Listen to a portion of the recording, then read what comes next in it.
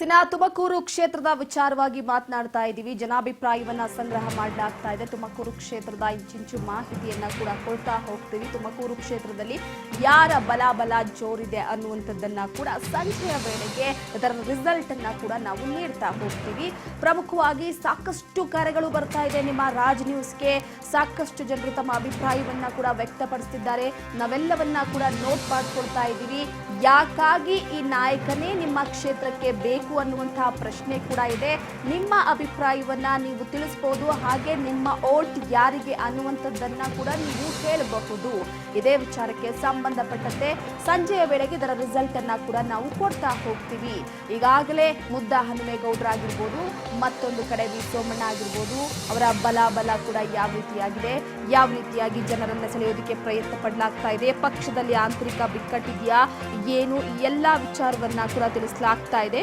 ಪ್ರಮುಖವಾಗಿ ತುಮಕೂರು ಕ್ಷೇತ್ರದ ಅಭಿವೃದ್ಧಿಯ ವಿಚಾರವಾಗಿ ಯಾವ ನಾಯಕ ಕೈ ಜೋಡಿಸ್ತಾನೆ ಅನ್ನುವಂಥದ್ದು ಕೂಡ ಸದ್ಯದ ಮಟ್ಟಿಗೆ ಪ್ರಶ್ನೆ ಆಗಿರುವಂಥದ್ದು. ಒಂದು ಕಡೆ ಮುದ್ದಾ ಹನುಮೇಗೌಡರಿಗೆ ಯಾವೆಲ್ಲ ಪ್ಲಸ್ ಪಾಯಿಂಟ್ ಇದೆ, ಯಾವೆಲ್ಲ ಮೈನಸ್ ಪಾಯಿಂಟ್ ಇದೆ. ಆದರೆ 2019ರ ಚುನಾವಣೆಯಲ್ಲಿ ಬಿಜೆಪಿ ತನ್ನ ಕೋಟೆಯನ್ನ ನಿರ್ಮಿಸಿಕೊಂಡು ಬಿಟ್ಟಿದೆ. ಈಗ ಕೇವಲ ಬಿಜೆಪಿ ಒಂದೇ ಇಲ್ಲ, ಬಿಜೆಪಿ ಜೊತೆಗೆ ಜೆಡಿಎಸ್ ಕೂಡ ಸೇರ್ಕೊಂಡಿರುವಂಥದ್ದು. ಈ ಎಚ್ ಡಿ ದೇವೇಗೌಡರು ಕೂಡ ಸೋತಿರುವಂಥದ್ದು ಬಹಳ ದೊಡ್ಡ ಅಂತರದಿಂದ ಏನು ಸೋತಿಲ್ಲ. ಎಚ್ ಡಿ ದೇವೇಗೌಡರು ಕೂಡ 2019ರ ಸಂದರ್ಭದಲ್ಲಿ ಬಸವರಾಜ್ ಅವರ ಜೊತೆಗೆ ಜಿದ್ದಿಗೆ ಬಿದ್ದಿದ್ರು, ಬಹಳ ಪೈಪೋಟಿ ಕೂಡ ನೀಡಿದ್ರು. ಅದಾದ ನಂತರವಾಗಿ ಬಸವರಾಜ್ ಅವರು ಗೆಲುವನ್ನ ಸಾಧಿಸಿದ್ರು. 2014ರಲ್ಲೂ ಕೂಡ ನಾವು ಗಮನಿಸಬಹುದು.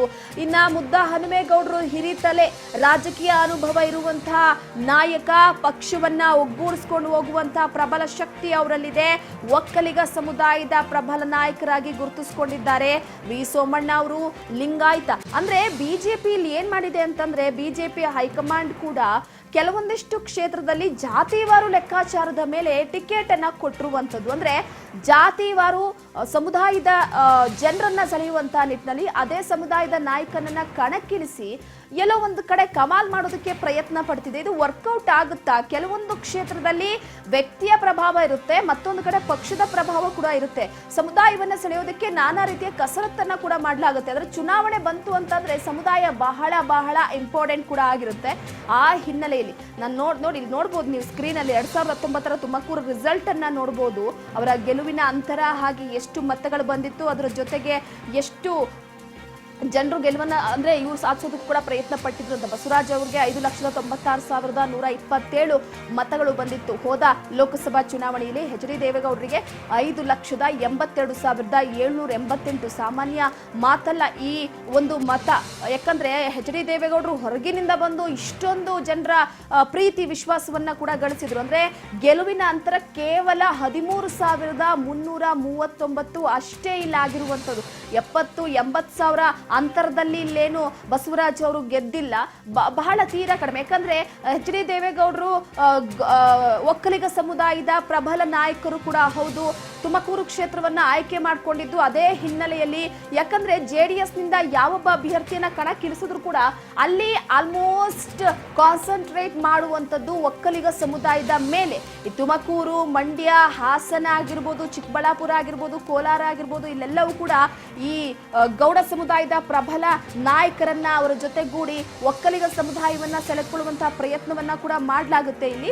ಆ ಹಿನ್ನೆಲೆಯಲ್ಲಿ ಲೋಕ ಕದನಕ್ಕೆ ತುಮಕೂರು ಕ್ಷೇತ್ರ ಸನ್ನದ್ಧವಾಗಿದೆ. ತುಮಕೂರು ಕ್ಷೇತ್ರದಲ್ಲಿ ಕಾಂಗ್ರೆಸ್ಗೆ ಪ್ರತಿಷ್ಠೆಯ ಕಣ. ಮತ್ತೊಂದು ಕಡೆ ವಿ ಸೋಮಣ್ಣ ಅವರು ಹೊರಗಿನಿಂದ ಬಂದು ಇತಿಹಾಸವನ್ನ ಸೃಷ್ಟಿಸುವಂತಹ ಹಠ. ಇವೆಲ್ಲವೂ ಕೂಡ ವರ್ಕೌಟ್ ಆಗುತ್ತಾ? ಯಾರಿಗೆ ಸಿಹಿ ಸಿಗುತ್ತೆ, ಯಾರಿಗೆ ಕಹಿ ಸಿಗುತ್ತೆ ಅನ್ನುವಂತಹ ಪ್ರಶ್ನೆ ಸದ್ಯದ ಮಟ್ಟಿಗೆ ಕಾಡ್ತಾ ಇದೆ. ತುಮಕೂರು ಲೋಕ ಅಖಾಡದಲ್ಲಿ ಇಬ್ಬರು ನಾಯಕರ ಅಸ್ತಿತ್ವ ಯಾವ ರೀತಿಯಾಗಿದೆ?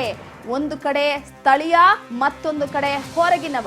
ಇವಿಬ್ರು ಕೂಡ ಗೆಲುವನ್ನ ಸಾಧಿಸೋದಕ್ಕೆ ಯಾವ ರೀತಿ ಪೈಪೋಟಿಯನ್ನ ಕೊಡಬೇಕು ಅನ್ನುವಂಥದ್ದು ಸದ್ಯದ ಪ್ರಶ್ನೆ ಆಗಿದೆ. ಎಲ್ಲೋ ಒಂದು ಕಡೆ ಕಾದ್ ನೋಡೋಣ. ಯಾಕಂದ್ರೆ ಈ